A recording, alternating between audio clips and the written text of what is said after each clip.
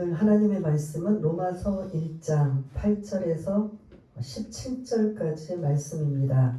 신약성경 239쪽에 있는 로마서 1장 8절에서 17절까지 말씀을 우리 다 찾으신 줄 알고 8절부터 함께 읽겠습니다. 시작. 먼저 내가 예수 그리스도로 말미암아 너희 모든 사람에 관하여 내 하나님께 감사함은 너희 믿음이 온 세상에 전파되리로다.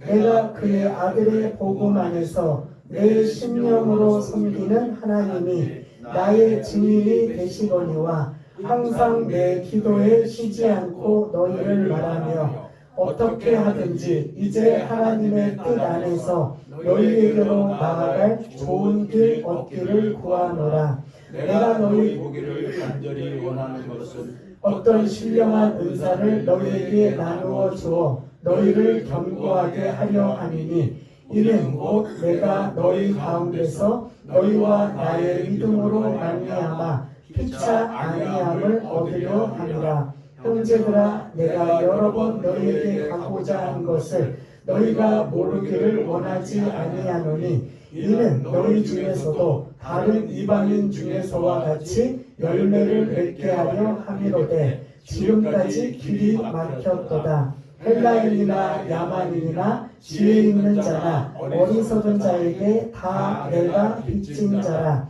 그러므로 나는 할 수 있는 대로 로마에 있는 너희에게도 복음 전하기를 원하노라. 내가 복음을 부끄러워하지 아니하노니 이 복음은 모든 믿는 자에게 구원을 주시는 하나님의 능력이 되니라. 먼저는 유대인에게요 그리고 헬라인에게로다. 복음에는 하나님의 의가 나타나서 믿음으로 믿음에 이르게 하나니 기록된 바 오직 의인은 믿음으로 말미암아 살리라 함과 같으니라. 아멘.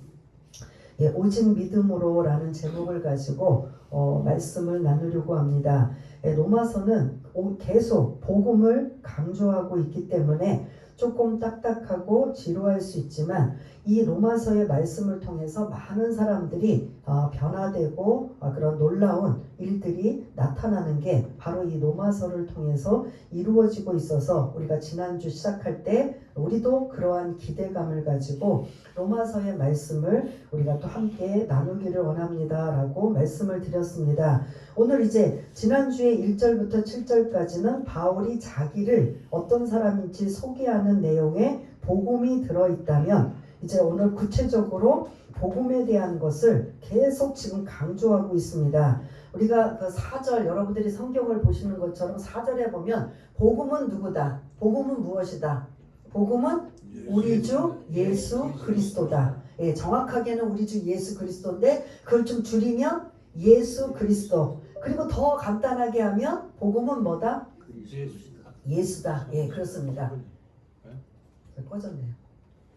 예, 예수라고 해도 되고 예수 그리스도, 더 정확히는 주 예수 그리스도십니다. 근데 이제 우리가 그거를 좀 간략하게 압축해서 그냥 예수라고 여러분들에게 말씀을 드립니다. 그래서 로마서는 16장까지 이루어지고 있는데 1장부터 11장까지는 복음이란 무엇인가? 그래서 11장까지는 여러분들이 기가 따갑도록 복음에 대한 것들을 계속 강조해 드릴 겁니다. 왜냐하면 저와 여러분들이 예수 믿는 게 복음이거든요. 근데 복음을 기가 따갑도록 들어도 우리 마음에 얼마만큼 우리가 기억하고 인지하고 그것을 내가 남에게 전해줄 수 있느냐, 이 단계까지 지금 계속 있어야 되니까 계속 우리는 복음이 무엇인가에 대한 말씀을 나누면서 우리 자신들이 또 훈련을 받는 기회가 되고 12장부터 16장까지는 그렇게 복음으로 받아들인 하나님의 자녀들은 어떻게 살아야 되는가, 이러한 실천편, 1장부터 11장까지는 이론이라면 12장부터 16장까지는 무슨 편이라고요? 예, 실천편으로 이렇게 나누어져 있습니다. 그리고 지금 이 로마서는 말 그대로 사도 바울이 로마를 가본 적도, 그리고 그곳에 교회를 세운 적도 있다고 했어요? 없다고 했어요? 없어요. 그런데 그들에게 복음이란 무엇인가를 자세하게 알려주고 있습니다. 그렇다면 여러분들, 우리가 이제 오후에 소그룹 하는 분들은 좀 어느 정도 윤곽을 갖고 있지만 바울이 가본 적도 없고 교회를 세운 적도 없는데 로마에는 교회가 세워졌단 말이에요. 그러면 누가 세웠느냐? 그리고 그 세운 교회가 어느 정도의 말씀으로 복음으로 확실하게 정립돼서 있느냐, 이런 것들이 사실은 궁금할 수가 있는데, 이미 누가 세웠는지는 이제 우리가 그 오순절 성령 강림 사건으로 명절을 지키기 위해서 예루살렘에 왔던 그들이, 로마에 살던 자들이 명절을 지키기 위해서 예루살렘에 왔던 그들이 복음을 받아들이고 자기가 이제 삶의 터전으로 가서 그들에게 복음을 전하여 교회가 세워지는 이런 것이라면, 여기까지는 그래도 우리가 이해가 되는데, 그러면 그 교회, 그 로마 교회 안에 복음이 어느 정도까지 알리고 전하고 증거되고 있는가, 이거는 잘 모른단 말이에요. 근데 그것도 누구를 통해서 미루어 짐작해 볼 수 있다고 말씀드렸죠? 고린도에서 누구를 만났다고요? 브리스길라와 아굴라 부부가 로마에서 추방당해서, 거기서 신앙생활 잘하다가 추방당해서 고린도에 왔는데, 거기 이제 사도 바울이 그 고린도에 복음 전하러 왔다가 이제 만나게 되어서 거기서 로마에 대한 소식을 누구에게 전해 듣는다? 그 부부, 브리스길라 부부를 통해서 로마의 상황을 정확하게 아는 거예요. 그래서 아마 그런 내용은 없지만 사도 바울이 강조하는 로마 교회에 뭐가 부족하다? 복음이 너무 연약하고 부족하다라는 걸 알기 때문에 그 복음을 아주 체계적으로 이론적으로 정립되어서 이게 1장부터 11장까지 자세하게 복음에 대한 말씀을 주고 계시는 걸 볼 수가 있습니다. 그래서 1절부터 7절까지 우리가 지난주에 나왔던 말씀은 바울이 자기소개를 했던 부분에 복음을 언급했다면, 이제 본격적으로 8절부터 이제 복음이 계속 이제 강조하고 있는데, 사도 바울은 복음 외의 단어가 거의 그렇게 중요하지 않습니다. 바울에게는 항상 뭐가 염두에 있느냐? 오직 복음이에요. 복음. 근데 이제 우리는 제목은 이제 오직 믿음으로라고 하는데, 사도 바울이 전할 때 그 복음을 우리는 어떻게 하느냐? 믿음으로 반응한다라는 거죠. 복음은 누군가가 전하는데 그 전한 복음을 받아들이고 그것을 긍정적으로 받아들이는 믿음이 있느냐 없느냐, 이거에 따라 우리가 예수 믿느냐 안 믿느냐, 이러한 걸 볼 수가 있는데, 오늘 이제 8절을 띄워주시면 8절 9절은 바울이 또 이 지금 로마 교인들을 향해 어떤 표현을 하고 있느냐? 나는 너희들을 항상 하나님께 뭐하노라? 감사하노라. 무엇 때문에? 그 8절 마지막 보면 너희 믿음이 온 세상에 전파되어서 나는 너희들 그 믿음으로 나는 감사하노라 라고 이렇게 시작을 합니다. 그리고 이제 그것이 이제 연결해서 9절까지고요. 10절을 좀 띄워주세요. 10절부터 바울이 로마에 가고자 원하는 이런 내용들이 지금 계속 나오고 있어요. 우리는 사도행전에서 바울이 로마에 가고자 하는 이유가 뭐였다고 했죠? 네? 하나님이 어떻게? 하나님이 맞아요. 하나님이 너는 로마로 가야 하리라. 그런데 그 사명을 받았지만 또 그 바울의 입장에서는 로마에 가서 뭐 하기를 원했지요? 복음 전하는 것뿐만 아니라 바울은 이 로마에서 끝나는 게 아니었어요. 뭐였죠? 땅끝까지 복음을 전하는 증인이 되라는 하나님의 사명이 로마로 가서 끝나는 게 아니라 땅끝, 그 당시의 땅끝은 유럽의 끝이 스페인이었었어요. 지도로 보면 그 가장 그 끝 서쪽이. 그래서 땅끝, 그래서 서바나라고 이제 그 단어가 나와요. 옛날 용어로는 서바나인데 지금은 어디다? 스페인이에요. 바울은 스페인까지 가는 게 그의 어떻게 보면 해야 할 일을 끝나는 거예요. 그래서 왜 자꾸 로마로 가야 되는지에 이러한 것은 보면, 로마가 너희들이 이제 나중에 로마서 15장 22절 23절에 보면은 내가 서바나로 가야 하리라. 그런데 너희들이 나를 선교사로 파송해 주면 좋겠다라는 거예요. 이제 가서 미지의 나라 복음을 전할 때 사실 뭐가 필요해요? 먹고 자는 게 필요하잖아요. 그래 거기서 복음을 전할 수 있잖아요. 그래서 아시아에서 복음을 전할 때 선교사로 갔을 때는 시리아 안디옥에서 선교사로 파송되어서 바울과 실라가 이렇게 1차, 2차 이렇게 복음을 전하였는데 이제 내 땅끝인 스페인까지 복음을 전하기 위해서는 이제 시리아 안디옥 너무 끝 동쪽에 있기 때문에 유럽의 중앙에 있는 어디가 로마가 너희들이 나를 뭘로 보냈으면 좋겠다. 선교사로 보내줬으면 좋겠다. 그게 이제 그런 로마서 15장에 이제 나중에 나눌 말씀을 좀 미리 앞당겨서 말씀드리고 오늘 이제 그러한 것과 함께 오늘 10절에 보면 계속 뭐라고 하냐면 어떻게 하든지 나는 하나님의 뜻 안에서 너희에게 나아갈 좋은 길 얻기를 구하노라 하면서 너희에게 가기를 원하노라 라고 지금 강조하고 있어요. 그래서 왜 가기를 원하는지 지금 제가 말씀드린 거 외에도 또 하나가 11절에 있다라는 거예요. 11절 한번 우리 읽어보겠습니다. 왜 로마를 꼭 가야 되는지. 시작. 내가 너희 보기를 간절히 원하는 것은 어떠한 신령한 은사를 너희에게 나누어 주어 너희를 견고하게 하려 하니. 아멘. 우리가 이전에 로마서를 접하기 전에는 그 땅끝까지 복음 전하기 위해서 너희들이 나를 후원해주고 선교사로 보냈으면 좋겠다. 이제 이런 말씀을 제가 사도행전에서 계속 말씀을 드려서 여러분들이 이해하지만 또 하나의 의미는 로마에 가면 내가 로마 교인들에게 어떠한 일들을 하기를 원하는가? 어떤 신령한 은사를 너희에게 나누어 줘서 너희를 견고하게 하기 위함이 나의 목적이다. 이것도 목적인 거예요. 선교사로 파송해 주는 것도 목적이지만 또 하나는 파송하기 전에 너희들 그 로마에 있는 교회가 견고하게 되기를 원한다. 뭐를 통해서? 너희의 어떤 신령한 은사. 여러분들 이걸 뭐라고 생각해요? 신령한 은사. 은사는 선물이에요. 카리스. 그래서 선물인데 어떠한 신령한 선물을 너희에게 주어서 너희들의 믿음이 견고하게 되기를 원한다. 그래서 보통 우리는 은사 하면 뭐가 떠올라요? 예? 방언, 예언, 병고침 막 이런 능력적인 거잖아요. 근데 사실은 여기에 복음이 들어가는 거예요. 너희들에게 복음을 정확하게 자세하게 흔들리지 않도록 잘 나누어 주어서 너희를 견고하게 하기 위함이다. 이게 목적이에요. 그래서 견고가 뭐냐면 흔들리지 않게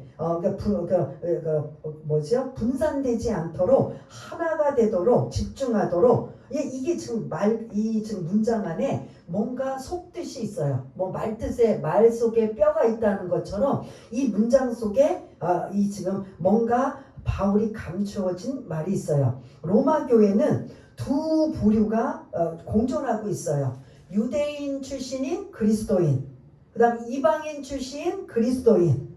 이게 교회 안에 이 당시 교회 안에 항상 차라리 이방인으로만 구성됐다면 이런 문제가 생기지 않는데 유대인 출신의 그리스도인이 교회에 들어오면 항상 문제가 되는 게 있어요. 뭘까요?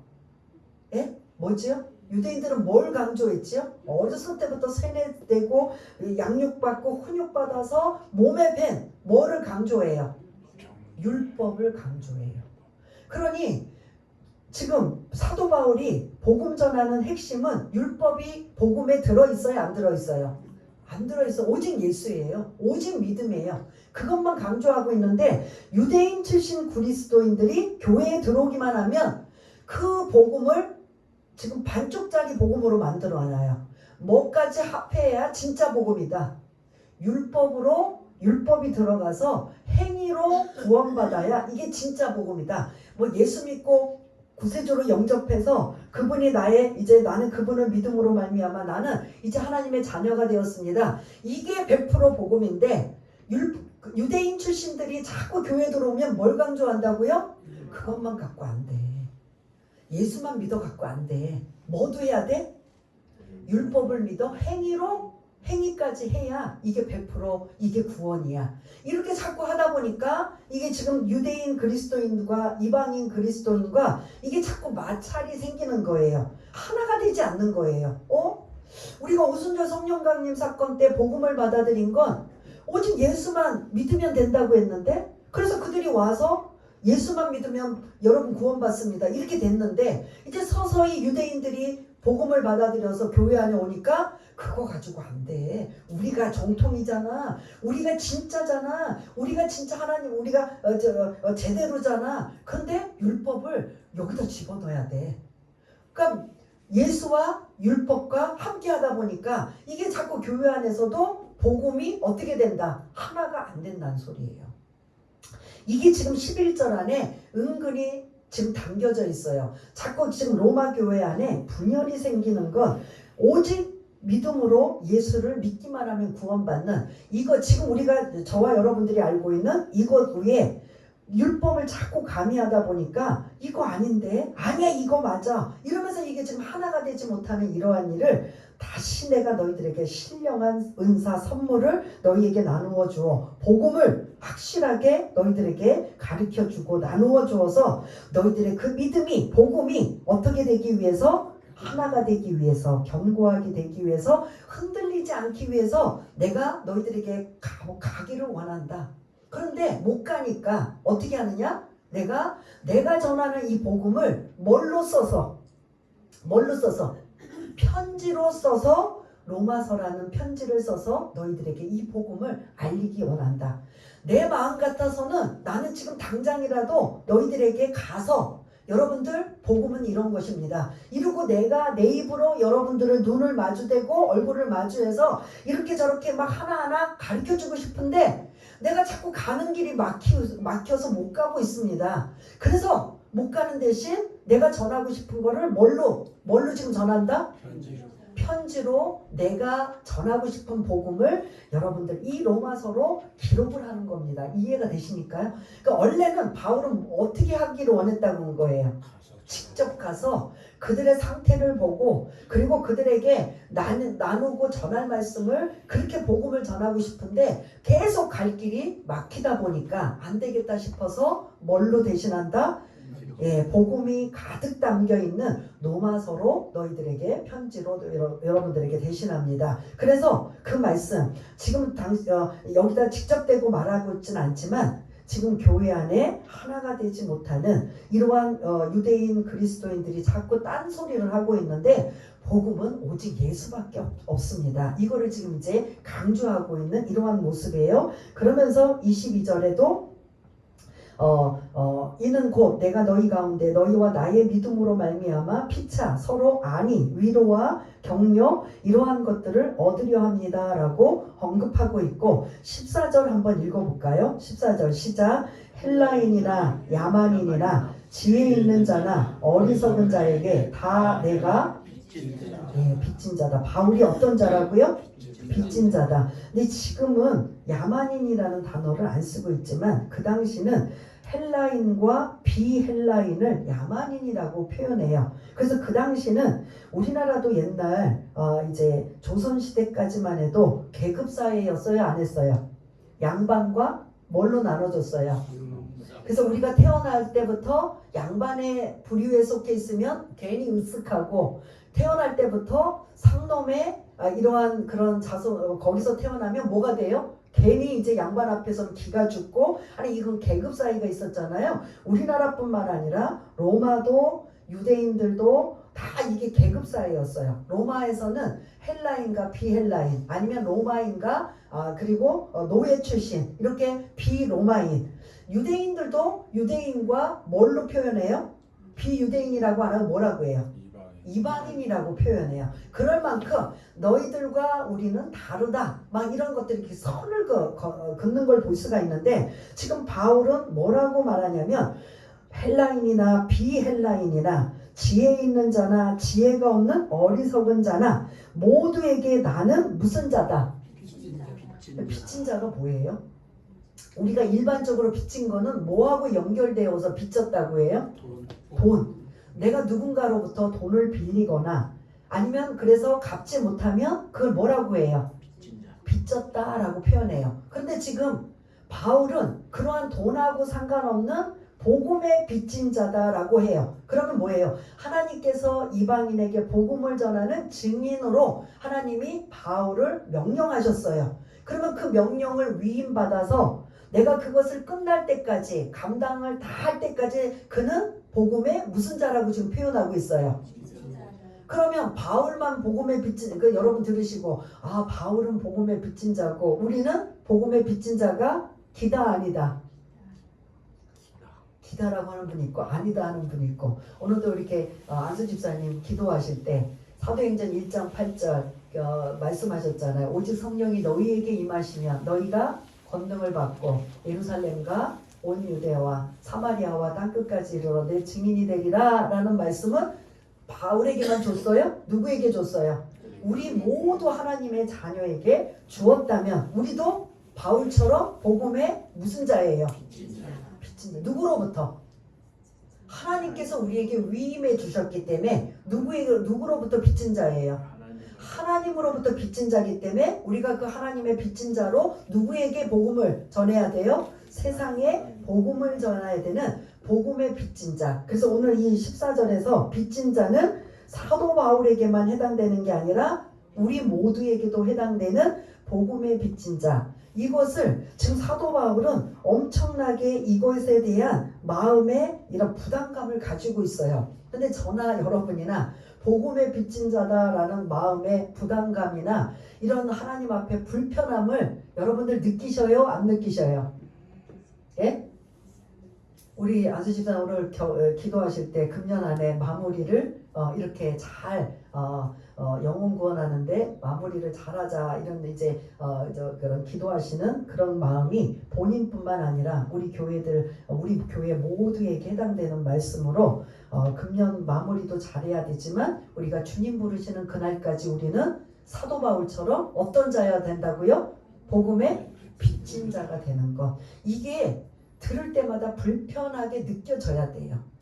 나하고는 상관없는 거 나중에 때가 되면 할 수도 있고 뭐 지금 이게 뭐 그렇게 주님 앞에 내가 이것에 대해서 불편함이나 뭐 이렇게 부담감이나 이런 거룩한 부담감 전혀 없다라고 생각할 수 있지만 이게 진짜 내가 하나님을 사랑한다면 말씀대로 살기를 원한다면 저부터 시작해서 여러분 모두가 복음의 빚진 자라는 사도 바울의 이 부담감을 사실은 우리는 가져야 된다라는 거지요. 그래서 이 말씀을 듣는 이 시간부터 저와 여러분들은 사도 바울이 이렇게 로마 교회에 복음을 전하고 싶은 복음의 빚진 자라고 했다면 우리도 마찬가지로 우리도 복음의 빚진 자로 사도 바울처럼 살아가는 은혜가 우리 모두에게 있어지기를 바라겠습니다. 이제 15절부터 마무리 이제 세 번째 15절 16절 17절을 함께 이어지는 거예요. 8절 9절은 너희들을 항상 내가 감사하노라 라는 그러한 이유가 나왔다면 10절부터 14절까지는 내가 너희들에게 꼭 가기를 원했는데 가지 못 계속 가는 길이 막혀서 내가 이제는 결국은 편지로나마 복음을 내가 전하고 싶은 그 복음을 너희들에게 알리고 전하기를 원한다 라는 이러한 것들이 10절부터 14절까지였다면 이제 그런 15절부터는 세 번째 말씀에 그런 복음의 진수와 같은 정수와 같은 말씀이 지금 있는 걸 볼 수가 있는데요. 15절 우리 한번 읽었지만 또 한번 읽어보겠습니다. 시작. 그러므로 나는 할 수 있는 대로 로마에 있는 너희에게도 복음 전하기를 원하노라. 아멘. 예, 그러므로라는 건 이 앞에 10절부터 14절까지의 내용을 정리하는 의미로 언급하고 있는데요. 그래서 내가 로마에 가기를 그렇게 원하는 이유가 뭐냐? 뭘 하려고? 복음을 전하려고. 그 복음이 예수 그리스도지만 내가 여러분들한테 이제 하나하나 풀어나갈 것이다. 이게 이제 이 1장은 서론이에요. 서론에 이 복음을 지금 계속 강조하면서 내가 너희에게 복음 전하기를 원하노라 라고 지금 복음 하면은 우리가 뭐예요? 안 믿는 자에게 전하는 걸 복음이라고 하잖아요. 그런데 지금 여기서 복음의 대상은 누구예요? 주 예수 그리스도. 아니 그러니까 복음을 전할 대상은 누구예요? 이방.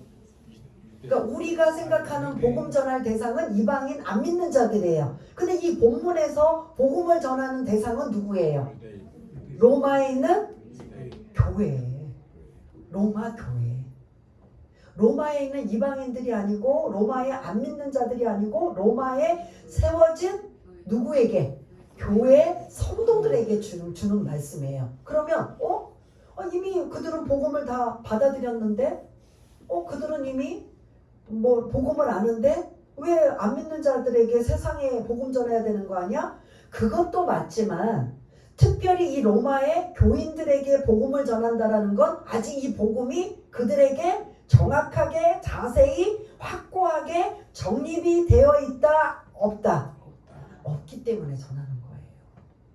바울이 우리는 이제 새벽에 데살로니가 교회 이제 데살로니가 전후서를 이제 말씀을 나누거든요. 그 데살로니가 교회는 바울이 3주만 복음을 전하고 떠났는데 그들의 믿음의 뿌리가 확고했어요. 누가 전한 복음을 그들이 알아서 바울이 전한 복음이 흔들리지 않아요. 몇 주 동안만 전했다고요? 그것도 안식일날 회당에 가서 3번 전한 거예요. 그래서 그들이 복음을 받아들이면 주중에 그들을 좀 더 양육하고 이제 가정교회가 세워지는 이러한 걸 볼 수가 있는데 이렇게 바울이 접근한 교회 3주가 되었어도 그 복음이 흔들리지가 않는데 로마에는 바울이 이미 갔었다 못 갔었다? 없기 때문에 그냥 오순절 성령 강림 사건으로 복음을 받아들인 자들이 가서 복음 전해서 교회는 세워졌지만 아직 그 교회 안에 아마도 제가 정답 성경에는 없지만 추측해 보건데 로마의 상황을 전체적으로 알 수 있는 건 아까 제가 누구를 통해서 그걸 알 수 있다고 말씀드렸어요. 브리스길라와 아굴라 부부를 만남으로 인하여 로마 교회의 현실과 상황이 어떠한 상황인지, 왜 그런 복음에 율법이 들어가 있는지, 그리고 교회 안에 유대인 그리스도인들이 자꾸 율법을 강조하면서 그 복음을 흔들리고 희석하게 만드는지 이런 것들을 이제 먼저 알고 있었기 때문에 그들에게 중요한 건 오직 예수인 복음만을 정확하게 그들에게 알려야 되겠다는 마음으로 지금 이 로마서를 쓰고 있다고 말씀드렸잖아요. 그래서 지금 15절도 보니까 내가 할 수 있는 대로 로마에 있는 너희에게 뭐만 전하기를 원하노라. 복음만 전하기를 원하노라. 율법을 전하기를 원하는 게 아니고 율법 때문에 자꾸 그 교회가 찌그락찌그락 하면서 막 구원이 여기도 있네, 율법도 율법을 통해서만 있네, 율법과 함께 있네, 아니면 예수만 있네 하고 자꾸 이 교회 안에 분열되어 있는 이것에 내가 할 수만 있으면 너희에게 뭐만 전하기를 원하노라? 복음만 전하기를 원하노라. 그 복음은 뭐라고요? 주 예수 그리스도. 또 다른 말로 예수 그리스도. 또 간단하게 하자면 우리가 그냥 나가면 예수. 예수를 전하는 게 이게 복음인 거예요. 거기에 율법이 들어가 있어요, 없어요? 없다라는 거예요. 내가 할 수만 있다면 너희들에게 복음만 전하기를 원하노라 하고 16절에 왜냐하면이라고 여기 써줘야 되는데 그 왜냐하면이라는 접속사가 없어요. 이게 번역 성경이라 그래요. 그래서 우리가 성경을 볼 때는 여러 성경을 봐야 된다는 소리예요. 원래 성경은 구약 성경은 히브리어, 이스라엘 언어, 그 다음에 신약 성경은 무슨 언어? 헬라어로 기록이 되어 있어요. 이게 이제 어떻게 보면 사본 중에서도 이제 원본이라고 볼 수가 있어요. 그런데 헬라어 이 성경을 각 나라마다 다 이제 뭐 해야 돼요? 번역을 해야 되잖아요. 우리가 여러분들 제가 헬라어로 뭐 어쩌고 저쩌고 하면은 못 알아듣잖아요. 그러니까 그걸 우리가 알아듣도록. 근데 예전에 중세 때 로마 카톨릭에서는 뭐만 하냐면 그냥 헬라어로 해요. 라틴어로만 해요. 그러면 사람들이 알아듣든지 못 알아듣든지 그게 중요하지 않아. 그냥 사제가 자기 그냥 라틴어로 헬라어로 그냥 말씀 전하고 하는 이러한 보면 공감대가 없어요. 회중들이 도대체 저게 무슨 설교인지 뭔 말하는 건지 모르는데 이제 이 개신교 이 기독교에서는 이거를 이제 성경을 계속 나라들마다 번역하는 과정에 이제 부족한 점이 많이 있어요. 그러다 보니까 오늘 같은 이 16절 앞에는 여러분들의 성경을 가지고 있다면 여러분들이 성경을 읽으실 때 이해를 돕도록 뭐를 붙인다고 했어요? 접속사. because, 영어로는 because, 헬라어는 가르라고 해서 접속사예요. 왜냐하면. 그래서 여러분 성경이 이왕이면 왜냐하면이라고 넣으시면 돼요. 내가 왜 너희들에게 복음만 전하기를 전하노라 하면서 그 왜냐하면 하고 이유가 나와요. 왜 내가 복음을 강조하고 복음만 전하기를 원하는 그 이유 왜냐하면 하고 16절의 첫 번째 문장이 뭘로 시작한다고요? 왜냐하면 그 다음 뭐예요? 내가 복음을 복음을 부끄러워하지 않으니 내가 복음을 부끄러워하지 않는다라는 소리예요. 그러면 이걸 반대로 다른 말로 뭐라고 하면 좋겠어요? 나는 복음을 부끄러워하지 않는다. 이거를 다른 말로 하면 뭘 것 같아요? 나는 복음을 부끄러운 걸 다른 말로 하면 사랑한다. 자랑스러워한다. 이렇게 써도 돼요. 굳이 부끄러움을 왜 넣었을까요? 부끄러움. 이것도 의미가 있어요. 그러니까 우리는 쭉 가면서 뭐 부끄러워하지 아니하노니 뭐 이렇게 그냥 이중부정을 쓰고 있는가라고 하는데 이게 다 아까 제가 11절도 너희에게 어떤 신령한 은사를 너희에게 나누어줘 너희를 견고하게 한다. 이것도 이 문장 속에 담겨져 있는 깊은 내면이 뜻이 있다고 했는데 여기 지금 16절의 말씀도 내가 복음만 전하기를 원하는 이유가 첫 번째 나는 복음을 부끄러워하지 않는다. 다른 말로 나는 복음을 자랑스럽게 여긴다. 나는 복음을 사랑한다. 이 말 그냥 이렇게 써도 돼요. 그런데 굳이 어떤 단어가 나와요? 부끄러움이라는 단어가 나와요. 그러면 이 부끄러움을 조금 말씀을 드려야 돼요. 부끄러움이 제가 지난주에도 말씀드린 복음이라는 단어가 어디서 가지고 온 단어라고 했어요. 여러분들 오후 때도 여러분 막 놀라시는데 복음은 교회에서 쓰는 거고 이 성경에만 나오고 성경에서 나온 단어인 줄 알았는데 이게 어디서 나온 거라고요? 로마 황제에게 쓰는 단어. 로마 황제는 뭐라고 했어요? 왕이고 신의 아들이고 그가 구원자라는 뜻이에요. 그러니까 사도 바울이 왜 황제가 신의 아들이고 구원자냐? 그거는 누구에게만 쓰는 거다? 우리 예수 그리스도에게만 쓰는 말이다. 그래서 그 복음이란 단어를 차출해 와서 진짜 복음은 예수 그리스도시다. 이거를 지금 쓰는 거예요. 그러니까 우리가 지난주에 그 말씀을 나누었잖아요. 그런데 이제 그렇게 해서 복음을 전할 때 사람들이 지금 저와 여러분들은 복음은 교회에서만 쓰는 용어고 성경에만 나오는 용어야. 그러니까 우리는 그거에 거부 반응이 없는데 로마 시대로 여러분들이 살고 있는 시대로 거슬러 가자면 복음을 누구에게 지금 황제에게 쓰는 단어를 누구에게 지금 넣고 있어요? 예수 그리스도에게 지금 쓰고 있어요. 근데 그 쓰고 있는데 그 예수가 그럼 어떤 사람이냐? 황제는 태어날 때부터 왕족으로 태어나요. 그리고 자동적으로 뭘 계승해요? 왕으로 계승해요. 그러면서 그 로마는 대단한 나라라 그 왕의 명령으로 이제 장군, 갑자기 장군이 생각이 나. 장군을 파병을 해가지고 나라들마다 전쟁을 하면 승승장구해서 대로마 제국이라고 할 수 있을 만큼 로마 하면 누가 막 위상이 되는 거예요. 신적인 존재가 돼요. 황제. 근데 그 황제랑 완전히 비등하게 누구를 지금 갖다 놓고 있어요? 예수를. 그럼 예수는 우리가 인간적으로 보면 출신이 어디예요? 로마가 지배하고 있는 가장 변방에 있는 가장 촌뜨기와 같은 시골 구석에 있는 어디에서 태어났다? 나사렛 가나안 목수의 아들로 태어났다. 이것부터 태생이 그 로마 황제하고 비등해요 안 해요? 예? 해요 안 해요? 똑같은 복음이라는 단어를 쓰고 있는 대상인데 그 부끄러워요 안 부끄러워요?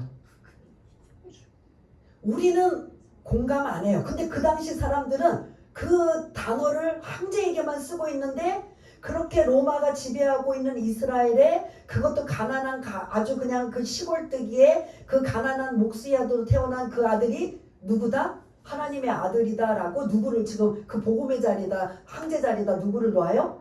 예수님을 놓는 거예요. 또 하나 뭐냐? 예수님이 어떻게 죽으셨어요? 십자가에 죽으셨어요. 십자가형은 누가 만들어 놓냐면 로마가 만들어 놓은 거예요. 로마가 가장 잔인하게 죽이는 저주받는 단어가 그러니까 십자가 하면 저주가 같이 들어가야 돼요. 저주받는 사람이 받을 형벌이 무슨 형이다? 십자가 형벌이에요. 그런데 로마 사람은 아무리 죽을 죄를 지었어도 그러니까 벌은 받아야 되지만 죽임을 당해야 되지만 십자가형은 안 받아요. 자기네들이 만들어 놓고 그거는 이방인들, 노예들 이런 사람들이 십자가형이고 로마 사람들은 단두대나 뭐 이렇게 칼로 뭐 이렇게 죽이든가 뭐 이런 식이에요. 그러니까 그 사도 바울이 순교할 때 우리가 그림 보여드렸잖아요. 어떻게 죽었다가 그 바위 위에 돌 위에 고개를 숙여서 이제 칼로 내리치는 이런 거에 그 사람 로마 사람들은 로마 시민의 이러한 자부심을 갖고 있어서 저주받을 아무리 죽을 죄인이라도 십자가형은 준다 안 준다? 안 줘요. 그거는 이방인들, 노예 출신들 이러한 것들을 이게 그 로마에서 만든 십자가형이 거기서 누가 죽으셨다? 그 예수가 그 죽으신 거예요. 보세요. 복음이라는 원래 황제는 신의 아들이고 구원자고 이런 모든 것들이 완벽한 세상이 볼 정도로 힘이나 능력이나 권력으로 완벽할 정도로 이러한 자격이 복음인 황제의 자리에 황제예요 말이에요. 그런데 사도 바울은 그 복음이 황제가 아니라 누구다? 예수다. 근데 그 예수가 사실 세상적인 것으로 추론해 보면 어디 출신이에요? 로마가 지배하고 있는 가난한 시골뜨기의 이러한 목수의 아들로 태어난 자다. 그리고 그는 그들이 만들어 놓은 저주를 받을 자의 무슨 형틀로 죽으셨다? 그러면 똑같은 복음 위에 균형이 세상적인 시각으로 보면 균형이 맞아요 안 맞아요? 세상적인 시각으로 보면 황제의 복음과 예수의 복음이 거의 비등해요 안 해요? 천지 차이잖아요. 세상의 시대가 그럼. 이거를 세상 사람들이 그 로마에 있는 사람들이 예수 믿고 복음을 들으면서 여러분 예수 믿으세요. 예수 믿으세요. 그분이 우리의 구세주고 그분이 복음입니다라고 할 때마다 그 로마에 있는 사람들이 어떻게 여길까요? 그 예수?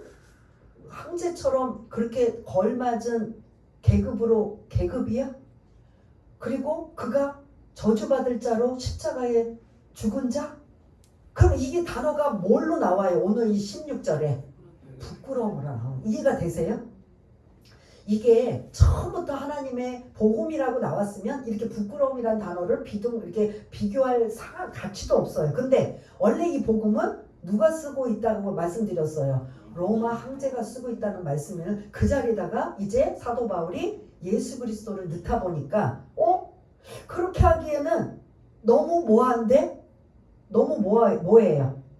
예? 부끄러운데. 이게 부끄러운 거예요. 부끄러운 십자가. 부끄러운 예수님의 출생. 부끄러운 이런 것이 단어가 나와요. 그런데 사도 바울은 16절에 나는 그 복음을 뭐하지 아니하노니 부끄러워하지 아니한다. 세상적인 시각으로 저주받을 십자가형에 죽으셨어도 그리고 가난한 로마의 지배에 의해 지배를 당한 그 시골 구석중에 거기서 태어났어도 나는 그 복음을 뭐하지 않는다. 이걸 그들에게 지금 강조하고 있는 거예요. 좀 이해가 되시나요? 이해가 그래서 부끄러워하지 않는다 말씀이야. 나는 너희들이 혹시 복음을 전하기 위해서 혹시 전도하기 위해서 이 부분에 부끄러워하거나 초라한 모습이었다면 나는 절대로 이 복음을 부끄러워하지 않는다. 이게 어떻게 보면 저와 여러분들에게도 말씀이에요. 지금 세상에 나가서 세상에 과학 문명이 발달이 되고 지금 막 더 기독교는 막 안티로 막 발전이 되고 그래서 사람들의 손가락과 비아냥을 받는 이 기독교를 여러분들이 세상에 나가서 나는 예수 믿는 사람입니다 라고 여러분들이 자신 있게 말할 수 있는가? 아니면 그 사람들 지금 세상의 시선 앞에 나는 그냥 오그라들고 쪼그라들어서 그냥 나는 복음을 부끄러워하고 있는가? 이게 지금 그 당시 로마 교인들뿐만 아니라 지금 저와 여러분들에게도 똑같이 적용이 되어서 여러분들이 세상에 담대히 나 예수 믿는 사람이에요. 나 기독교인이에요. 나 크리스찬이에요. 이렇게 할 수 있는 여러분들의 직장이나 여러분들의 사업장이나 여러분들이 어디로 가서 말할 수 있는 바울과 같은 사람인가?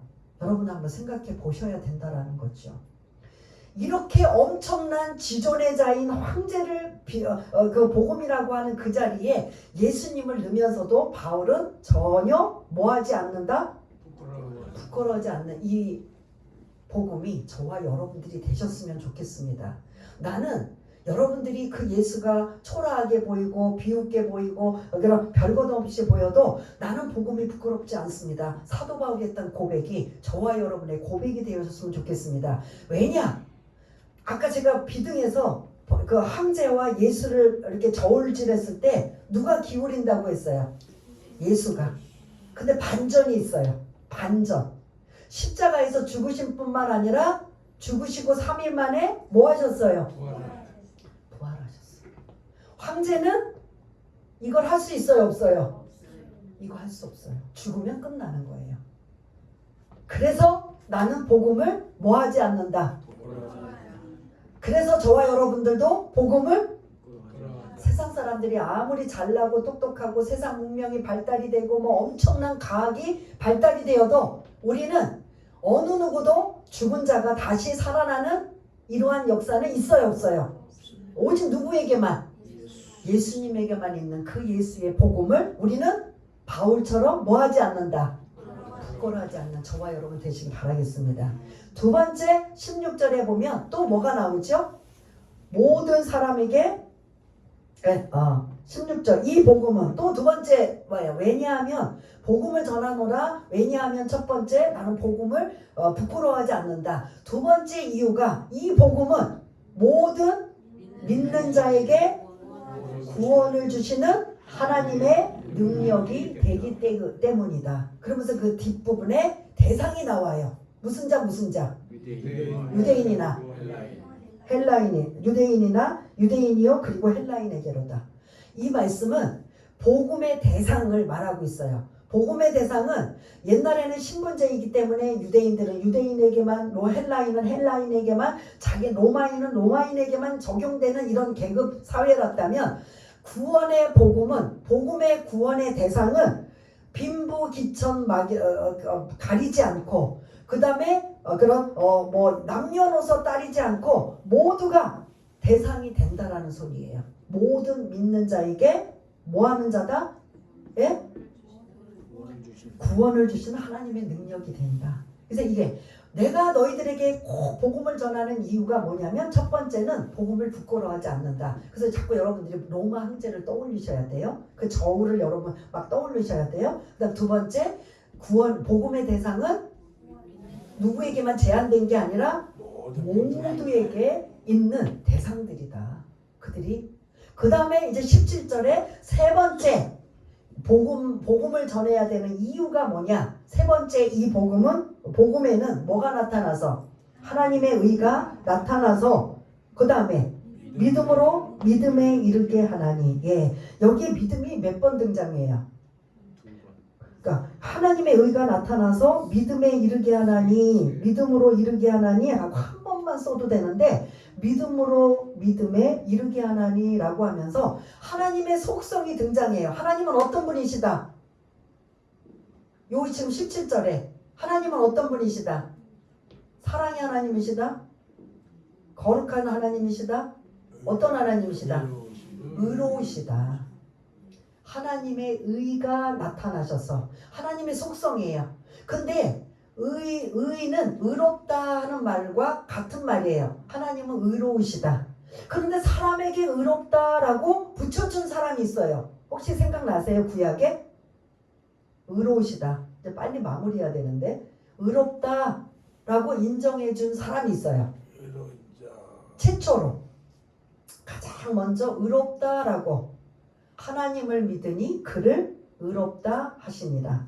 하나님을 믿으니 아브라함아 75세에 부르시고 너에게 많은 자손을 주시겠다 약속했어요. 75세 할아버지 할머니 이제 갈 날이 얼마 남지 않고 자식이 없는데 많은 자손을 주겠다고 약속하셨어요. 그래서 그때는 이제 그러려니 하고 했어요. 그러다가 하나님이 한 5년 그 뒤로 또 아무래도 생각해서 안 돼요. 이제 죽을 날만 가까이 온 아브라함이 안 되겠다 싶어서 자기 몸종 엘리에셀이 너무 양자로 두고 싶은 탐될 만한 아들, 지금 엘리에셀이에요. 종인데. 그래서 이 엘리에셀을 내 양자로 내 가문을 이어야 되겠다. 이 생각을 하고 있는데 하나님이 그 생각을 아시자마자 창세기 15장에 보면 아브라함아 그는 그 너의 상속자가 아니다. 내 몸에서 날짜가 아니 할아버지라는데 내 몸에서 날짜가 상속자가 될 것이다. 무뼈를 하늘의 무뼈를 봐라. 그렇게 많이 자손을 줄 것이다.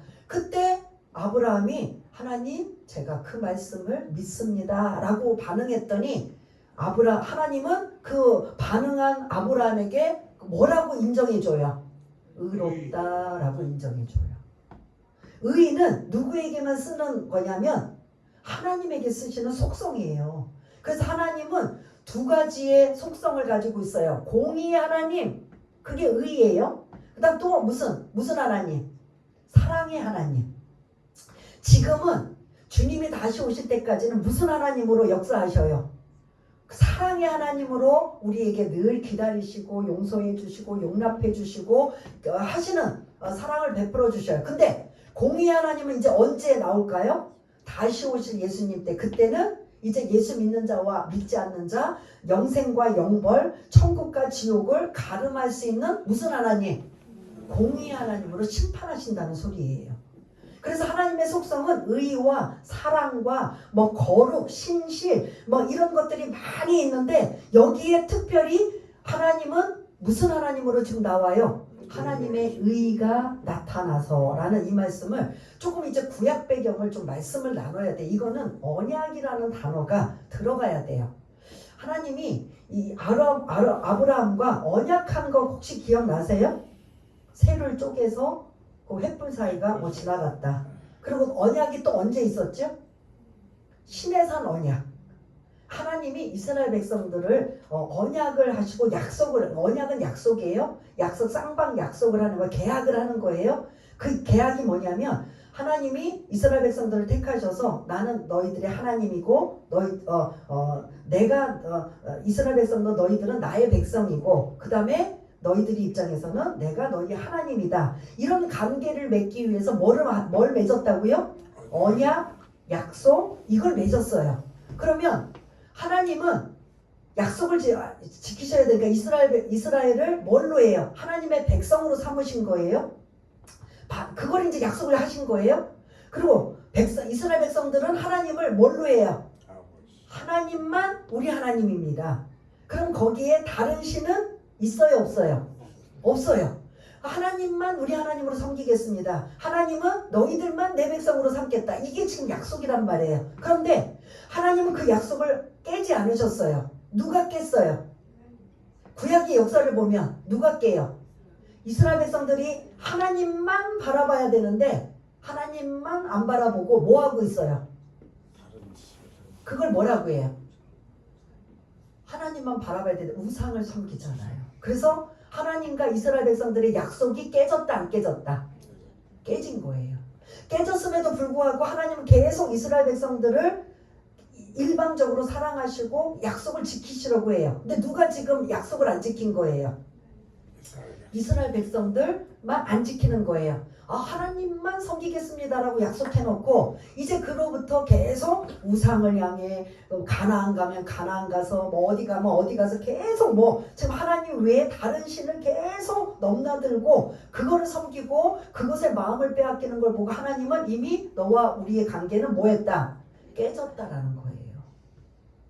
그래서 하나님의 의가 나타나서라는 건 다시 이스라엘 백성들과 하나님의 의는 이미 관계가 언약이 어떻게 된 거예요? 깨졌어요. 그 관계를 이제 이스라엘 백성들은 안 되는구나. 그 관계를 이제는 누구의? 모든 대상을 향해 유대인이나 헬라인이나 뭐 남녀노소 뭐 어느 누구나 상관없이 복음인 예수 그리스도를 믿기만 하고 받아들이기만 하면 그들과 함께 다시 뭐가 이루어지는 거예요? 언약이 이루어져서 그 마치 아브라함이 하나님의 말씀을 믿으니 어떻게 되었다라고 하죠? 의롭다라고 인정을 받았잖아요. 그러면 지금 저와 여러분들도 하나님의 의의 속성을 의는 하나님에게만 쓰는 건데 하나님의 자녀가 하나님이 내가 의로우니 너희도 뭐하라? 자녀가 되면 너희도 의롭게 완벽하지는 않지만 그래도 의롭게 되는 이러한 모습으로 살아가라는 거예요. 그러면 지금 다시 이 말씀이 뭐냐면 복음은 다시 우리를 아브라함에만 제한되는 게 아니고 이스라엘에게만 제한된 게 아니라 그들은 이미 약속을 어겨서 깨졌고 그래서 의롭다 하는 이런 관계가 깨어졌는데 이 의롭다 하는 관계를 다시 이어주는 걸 뭐를 통해서 지금 다시 이어져 이 지금 쌍방 이 지금 언약을 맺는 거예요? 복음인 예수를 믿는 자에게 이 관계를 뭐 해주는 거예요? 이어주니까 우리도 그러면 그 예수를 믿음으로 말미암아 뭐 어떤 존재가 된 거예요?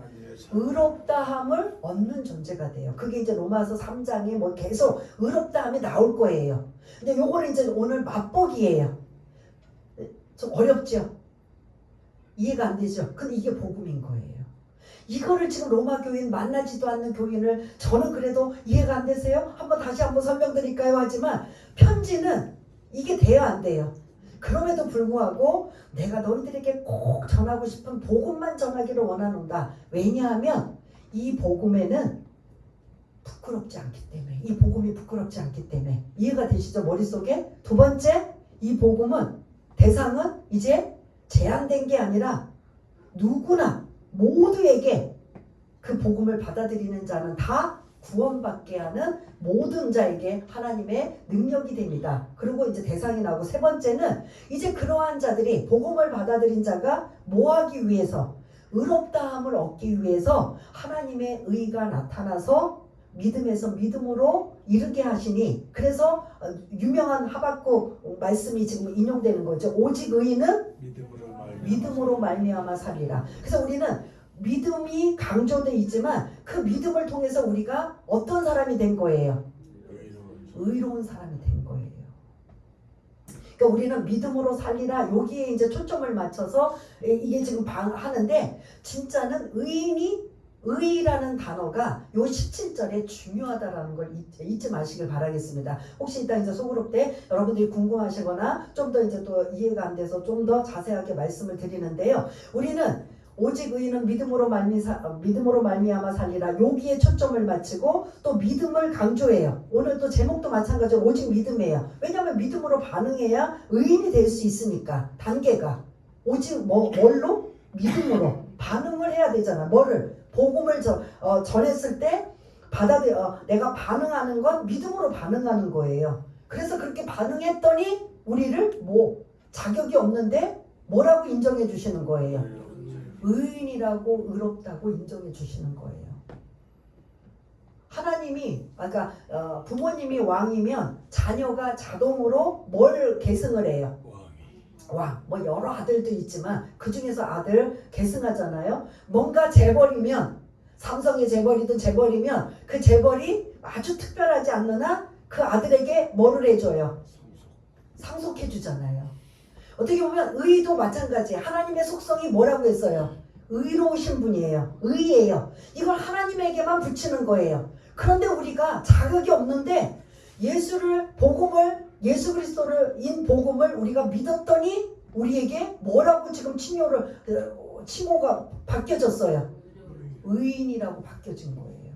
그게 이제 나중에 의롭다, 의인이다, 의라는 단어를 이제 앞으로 이제 계속 나올 거예요. 그 말씀을 이제 여기서 잠깐 맛보기로 왜냐하면 내가 복음을 전해야 되는 이유는 이러한 것이다. 요 세 가지가 16절, 17절에 담겨져 있습니다. 어렵지만 한번 여러분들 이게 복음이에요.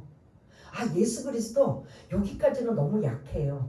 복음은 누구예요? 예수 그리스도예요. 그래서 예수 그리스도를 믿으셔야 됩니다. 그 예수 그리스도를 믿고 영접하셔서 하나님의 자녀가 되시기 바랍니다. 우리가 이제 그 사형리 같이 이제 쭉 하지만 이거를 이제 좀 더 체계적으로 알기 위해서 그리고 이렇게 유대인 율법을 강조하는 유대인 그리스도인 아니면 여러 가지 모든 사람들에게 정확하게 알기 위해서 복음의 핵심을 이 세 가지로 좀 설명하고 있어요. 그래서 여러분들이 잘 기억하고 생각하다가 혹시 이해가 안 되거나 또 하면 오해 또한 이 부분을 조금 더 자세하게 좀 나눌 터인데 이 말씀이 여러분들의 확실하게 좀 인지되었으면 좋겠어요. 제가 한 주간 고민했어요. 나도 이거 이해하기 힘들고 내가 정립하기도 힘든데 이거를 이제 함께 나누면서 함께 그들이 공감하면서 이 말씀을 확 와닿는 이 말씀이 저는 너무너무 힘들었어요. 사실은 이번 주가 다음 주 매주에 말씀을 이제 나눌 말씀을 가지고 어떻게 살 것인가, 이 말씀이 어떻게 은혜를 받을 것인가, 이런 것으로 우리가 이제 집중해서 제가 묵상을 했다면 요 뭐 적용과 이런 것들은 둘째치고 본문에 있는 말씀을 어떻게 좀 알기 쉽게 이해할 수 있도록 전할 수 있을까, 이 부분이 제가 그냥 오늘 어떻게 보면 일찍 와서 기도할 그 시간까지도 제가 고민했던 부분이 가장 그래도 여러분들한테 쉽게 여러분도 혹시 어떤 분들의 그 설교를 들으면 뭐 듣는 이해는 갈 것 같은데 딱 이제 듣고 나면 도대체 내가 이걸 어떻게 받아들이고 내가 어떻게 내 걸로 되느냐, 이게 거의 안 돼요. 그래서 그걸 왜냐하면 저도 공감하기 때문에 이걸 어떻게 전하고 어떻게 하면 좀 이해를 시킬까. 그래서 이제 여러분들이 이해도가 얼만큼 되는지 오후에 이제 제가 이제 좀 이제 한번 평가를 해보고 저 이제 또 그 이해도를 좀 이제 좀 알기를 원하는데요. 오늘 아무튼 이제 마무리하겠습니다. 이렇게 사도 바울은 로마에 직접 가서 전하고 싶은 게 가장 우선적이지만 계속 갈 길을 막아서 못 가게 되니 로마에 내가 전하는 복음이 어떤 것인가를 정확하게 자세히 확립시키기 위해서 이 복음을 전하고 있다. 그래서 이 복음은 뭐 앞에 8절부터 14절까지도 중요하지만 사실은 15절부터 17절까지 15절부터 해야 돼요. 복음을 전하려는 이유가 무엇이냐? 왜냐하면 내가 복음을 부끄러워하지 않기 때문이다. 그 다음에 모든 믿는 자에게 구원을 주시는 하나님의 능력이 되기 때문이다. 그 다음에 하나님의 의가 나타나서 모두가 믿음으로 이르게 하는, 오직 의인은 믿음으로 말미암아 살리라. 이 세 가지의 말씀을 여러분들한테 전하고 알렸는데, 또 이제 이 부분을 여러분들이 기억하시며 자꾸 듣고 묵상하시면서 여러분들이 여러분 것이 돼야만 여러분들이 말씀이 무기가 될 줄 믿습니다. 그러한 마음으로 우리가 함께 우리 잠시 어렵지만 그리고 소화시키기 힘들지만 이 복음을, 이 어려운 것도 소화시키기 원합니다. 잘 마음판에 새기기 원합니다. 그런 마음으로 한번 우리가 복음의 빚진 자로 살아가야 되고, 나는 복음을 부끄러워하지 않는 자로 살아야 되고, 이 복음이 조금 어렵지만 내 안에 성령님께서 가장 쉽게 이해를 시켜주셔서 내가 이 말씀을 듣는 어간에 잊어버리지 않고 내 마음판에 새기게 해주옵소서라는 마음으로 한번 잠시 기도하는 시간을 갖기 원합니다. 할렐루야. 사랑이 많으신 하나님 아버지, 사도 바울이 로마 교회에 복음의 문제가 생겼다라는 겁니다. 그래서 그 복음이라는 것을 어떻게 하든 그들이 흔들리지 않고 요동하지 않고 확고하게 정립되기를 원하는 마음으로 그들에게 이 복음을, 우리도 사실은 조금 복잡하고 어려운 것들을 지금 이렇게 편지로 기록하면서 복음은 이런 것입니다 라고 언급하고 있습니다. 그래서 우리는 복음의 빚진 자로 살기 원하며 복음을 부끄러워하지 않는 자로 살기 원하며 우리에게까지 복음을 임하여서 하나님의 자녀가 되게 하신 걸 감사하며, 또한 하나님의 의만, 하나님의 속성인 의가 하나님에게만 해당되는데 감히 우리들에게도 의롭다함을, 의인이라는 자격까지도 복음 때문에 붙여주게 하심을 감사를 드립니다. 이 말씀이 우리 마음판에 새겨져서 잊지 않고 기억나고, 그래서 이 복음을 나만 하는 것이 아니라 다른 사람들에게도 이 복음을 전할 수 있는, 그리고 우리가 그렇게 살 수 있는 우리 모두가 될 수 있도록 주님 도와주옵소서. 하나님 아버지 감사합니다. 이 말씀을 좀 더 쉽게 그리고 자세히 우리 마음판에 이해되고 또한 또 새겨져서 이 복음이 나도 알고 남도 알릴 수 있는 그러한 귀하고 복된 복음으로 될 수 있도록 주님 도와주옵소서. 모든 것 감사드리오며 사랑이 많으신 예수님 이름으로 기도드리옵나이다. 아멘.